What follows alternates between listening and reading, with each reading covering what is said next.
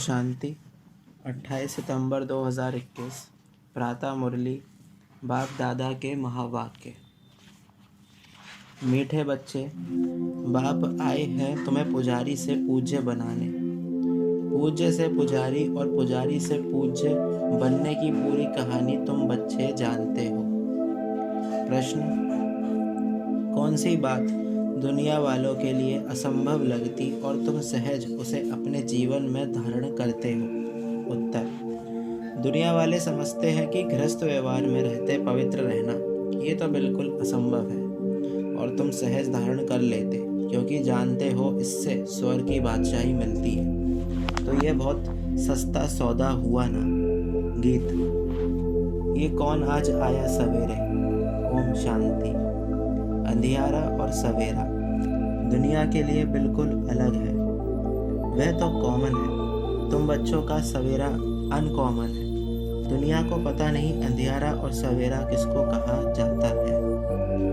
वास्तव में यह अंधियारा और सवेरा कल्प के इस पुरुषोत्तम संगम युग पर होता है। अभी अज्ञान अंधियारा दूर होता है, गाते भी है ज्ञान सूर्य प्रगटा। वह सूर्य तो रोशनी देने वाला है, यह है ज्ञान सूर्य की बात। भक्ति को अंधियारा, ज्ञान को रोशनी कहा जाता है। अभी तुम बच्चे जानते हो सवेरा हो रहा है। भक्ति मार्ग का अंधियारा पूरा हो जाता है। भक्ति को अज्ञान कहा जाता है क्योंकि जिसकी भक्ति करते हैं उनका ज्ञान कुछ भी नहीं है, वेस्ट ऑफ टाइम होता है।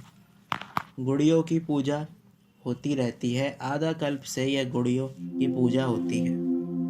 पूजा जिसकी करते उनका पूरा ज्ञान भी चाहिए। देवी देवताओं का है पूज्य घराना, वही पूज्य फिर पुजारी बनते हैं। पूज्य से पुजारी, पुजारी से पूज्य बनने की कितनी लंबी चौड़ी कहानी है। मनुष्य तो पूज्य पुजारी का अर्थ भी नहीं समझते हैं। परमपिता परमात्मा आते ही हैं संगम पर, जबकि अंधियारा पूरा होता है। सवेरा बनाने आते हैं, परंतु उन्होंने कल्प के संगम युगे के बदले युगे युगे लिख दिया है। जब 4 युग पूरे होते हैं तो पुरानी दुनिया पूरी हो, फिर नई दुनिया शुरू होती है, तो इसको कहेंगे कल्याणकारी संगम युग। इस समय सब नरकवासी। जब कोई मरता है तो कहते हैं स्वर्ग पधारा, तो जरूर नरक में था। यह कोई समझते नहीं कि हम नरक में हैं। रावण ने सबकी बुद्धि को एकदम ताला लगा दिया है, सबकी बुद्धि एकदम मारी गई है। बाप समझाते हैं भारतवासियों की बुद्धि सबसे विशाल थी, फिर जब बिल्कुल ही पत्थर बुद्धि बन जाते हैं तभी दुख पाते हैं। ड्रामा अपने अनुसार बेसमझ बनना ही है। बेसमझ बनाती है माया। पूज्य को समझदार और पुजारी को बेसमझ कहा जाता है। कहते भी हैं हम नीच पापी हैं, परंतु समझदार कब थे ये पता नहीं पड़ता।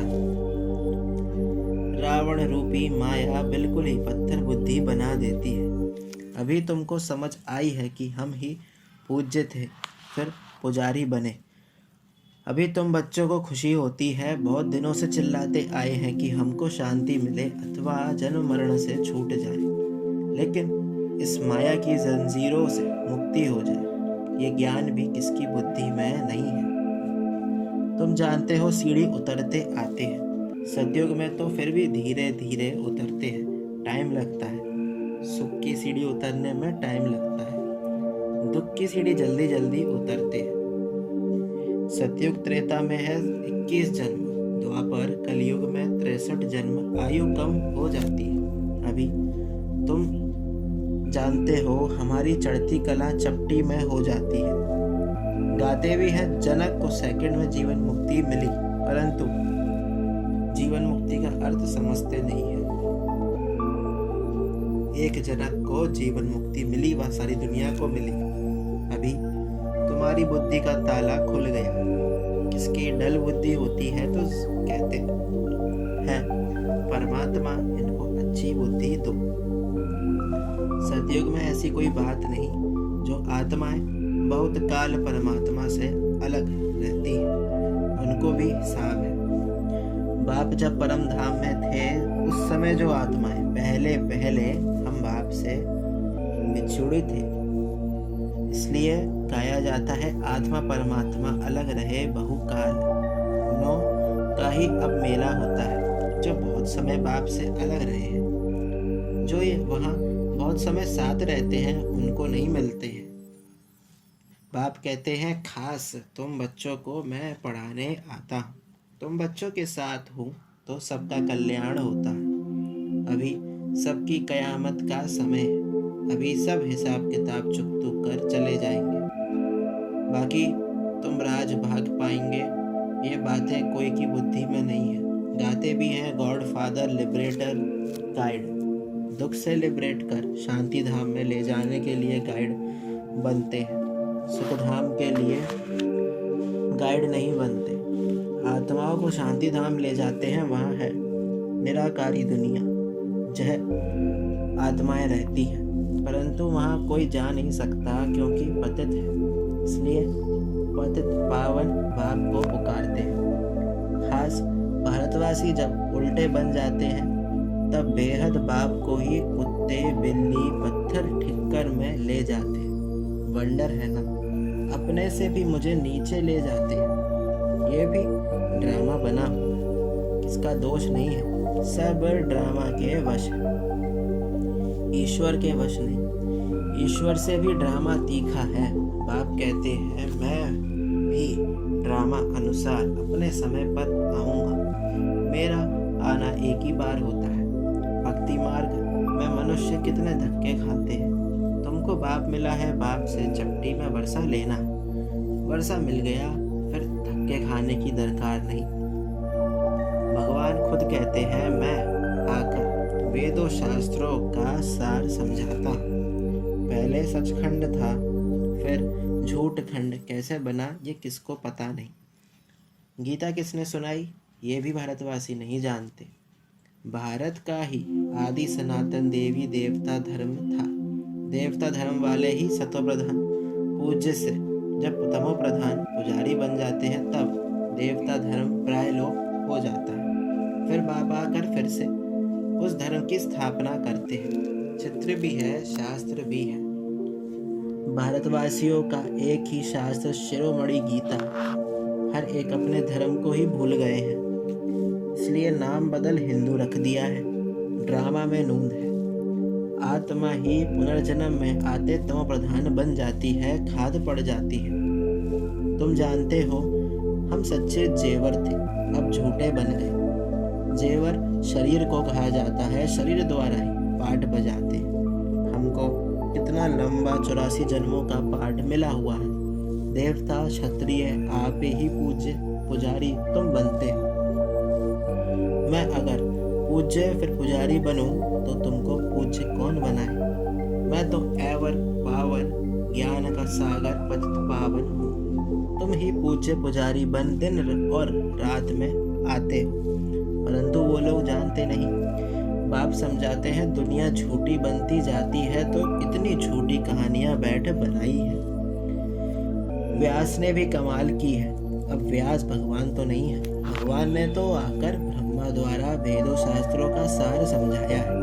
उन्होंने शास्त्र दे दिए हैं ब्रह्मा को, अब भगवान कहाँ। ऐसे तो नहीं विष्णु की नाभि से ब्रह्मा निकला तो विष्णु ने बैठ शास्त्रों का सार बताया, नहीं, ब्रह्मा द्वारा समझाया है। त्रिमूर्ति के ऊपर है शिव बाबा, वह बैठ सार बताते हैं ब्रह्मा द्वारा। जिनके द्वारा समझाते हैं वही फिर पालना करेंगे। तुम हो ब्रह्म कुमार कुमारियां, ब्राह्मण वर्ण है उच्च ते उच्च, तुम अभी हो ईश्वरीय संतान। ईश्वर के रचे हुए यज्ञ की तुम संभाल करते हो। इस ज्ञान यज्ञ में सारी पुरानी दुनिया स्वाहा हो जानी है। इनका नाम रखा है राजस्व अश्वमेघ अविनाशी रुद्र ज्ञान यज्ञ। राजाई प्राप्त कराने के लिए बाप ने यज्ञ रचा। वह यज्ञ रचते हैं तो मिट्टी का शिव और सालिग्राम बनाते हैं। उत्पत्ति कर पालना कर फिर खल्लास कर देते हैं। देवताओं की मूर्तियां भी ऐसे ही करते हैं। जैसे छोटे बच्चे गुड़िया का खेल करते हैं, ऐसे ये भी करते हैं। अब बाप के लिए तो कहते हैं स्थापना, पालना, फिर विनाश करते हैं। पहले स्थापना। अभी तुम अमरलोक में जाने के लिए पढ़ रहे हो। ये तुम्हारे मृत्यु लोक का अंतिम जन्म है। बाप आते हैं अमरलोक स्थापन करने। एक पार्वती को कथा सुनाने से क्या होगा? अमरनाथ शंकर को कहते हैं, उनको पार्वती देते हैं। अब शंकर पार्वती स्थूल में आ कैसे सकते, जबकि उन्होंने सूक्ष्म बतन में दिखाया है। अभी तुमको समझाया है। जगत अम्बा, जगत पिता लक्ष्मी नारायण बनते। लक्ष्मी नारायण फिर 84 जन्मों के बाद जगत अम्बा, जगत पिता बनते। वास्तव में जगत अम्बा है पुरुषार्थी, फिर लक्ष्मी है पावन प्रारब्ध। महिमा जास्ती किसकी है?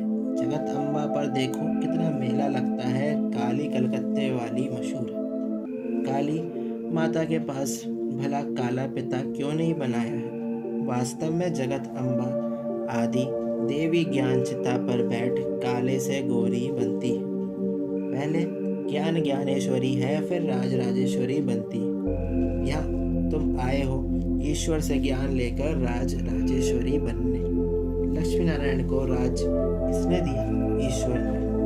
अमर कथा सत्यनारायण की कथा बाप ही सुनाते हैं सेकंड में, जिससे नर से नारायण बनते हैं।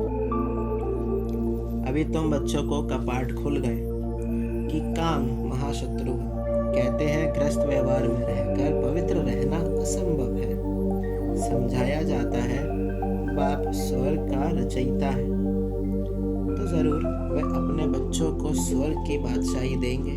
तो स्वर्ग की बादशाही पाने के लिए एक जन्म तो पवित्र रहना पड़ेगा। ये तो सस्ता सौदा हुआ ना। व्यापारी लोग इस बात को अच्छा उठाएंगे, क्योंकि व्यापारी लोग दान भी करते हैं, धर्मायु भी निकालते हैं। बाप कहते हैं वे सौदा कोई बिरला करते हैं। कितना सस्ता व्यापार है। फिर भी कई है जो सौदा करके फिर फारकती भी दे देते हैं। ये नॉलेज बाप के सिवाय कोई समझा ना सके। ज्ञान सागर एक ही है, वही समझाते हैं। जो पावन पूज्य था, फिर 84 जन्म के अंत में पुजारी बना है। इनके तन मैंने प्रवेश किया, प्रजापिता तो यहाँ होगा ना। अब तुम पुरुषार्थ कर फरिश्ता बन रहे हो। अब भक्ति मार्ग की रात के बाद ज्ञान अर्थात दिन होता है। तिथि तारीख तो है नहीं। शिव बाबा कब आया किसको भी पता नहीं है। कृष्ण जयंती धूमधाम से मनाते हैं, शिव जयंती का पूरा किसको मालूम भी नहीं है। अच्छा, मीठे मीठे सिकिलदे बच्चों प्रति माता पिता बाप दादा का याद प्यार और गुड मॉर्निंग। रूहानी बाप की रूहानी बच्चों को नमस्ते। हम रूहानी बच्चों की रूहानी बाप दादा को याद प्यार और गुड मॉर्निंग। नमस्ते नमस्ते, शुक्रिया बाबा शुक्रिया। धारणा के लिए मुख्य सार पहला, इस कल्याणकारी युग में एक बाप से ही सच्ची सत्यनारायण की कथा अमर कथा सुननी है। बाकी जो कुछ सुना है उसे भूल जाना। दूसरा, सतयुगी बादशाही लेने के लिए इस एक जन्म में पवित्र रहना, फरिश्ता बनने का पुरुषार्थ करना है। वरदान, बालक सो मालिकपन की स्मृति से सर्व खजानों के अधिकारी प्राप्ति संपन्न भव। हम बाप के सर्व खजानों के बालक सो मालिक हैं। नेचुरल योगी, नेचुरल स्वराज्य अधिकारी। इस स्मृति से सर्व प्राप्ति संपन्न बनो। यही गीत सदा गाते रहो कि पाना था सो पा लिया, खोया पाया ये खेल नहीं करो। पा रहा हूँ ये अधिकारी के बोल नहीं। जो संपन्न बाप के बालक सागर के बच्चे हैं, वे नौकर के समान मेहनत कर नहीं सकते। स्लोगन, योग बल द्वारा कर्म भोग पर विजय प्राप्त करना यही श्रेष्ठ पुरुषार्थ है। मातेश्वरी जी के अनमोल महावाक्य। राजऋषि सतयुगी होते हैं। लोग ये जो कहते हैं द्वापर में राजऋषि थे जिन्होंने बैठ ये वेद शास्त्र रचे, क्योंकि वो त्रिकालदर्शी थे। अब वास्तव में राजऋषि हम सतयुग में ही कह सकते हैं, क्योंकि वह विकारों को पूरा जीते हुए हैं, अर्थात कमल के फूल समान जीवन मुक्त अवस्था में रहते राजाई चलाते हैं। बाकी ये जो द्वापर में परमात्मा को प्राप्त करने के लिए तप करने वाले ऋषि हैं जिन्होंने वेद शास्त्र रचे हैं, सतयुग में तो वेद शास्त्रों की जरूरत ही नहीं रहती ना। हम उन्हों को त्रिकालदर्शी कह सकते हैं। जब हम ब्रह्मा विष्णु शंकर को त्रिकालदर्शी नहीं कह सकते तो फिर ये द्वापर युग वाले रजोगुण समय के ऋषि मुनि कैसे त्रिकालदर्शी बन सकते हैं? त्रिकालदर्शी अर्थात त्रिमूर्ति त्रिनेत्री सिर्फ एक परमात्मा शिव को कह सकते हैं, जो स्वयं इस कल्प के अंत में आए सारी रचना का अंत दे देते। वहाँ सतयुग में प्रारब्ध भोगनी, वहाँ ये ज्ञान नहीं रहता कि हम ब्रह्मावंशी ब्राह्मण ही सिर्फ मास्टर त्रिनेत्री त्रिकालदर्शी बनते। बाकी सारे कल्प के अंदर कोई को भी ज्ञान नहीं मिल सकता, ना देवताओं को ना मनुष्यों को त्रिकालदर्शी कह सकते हैं। अच्छा, ओम शांति।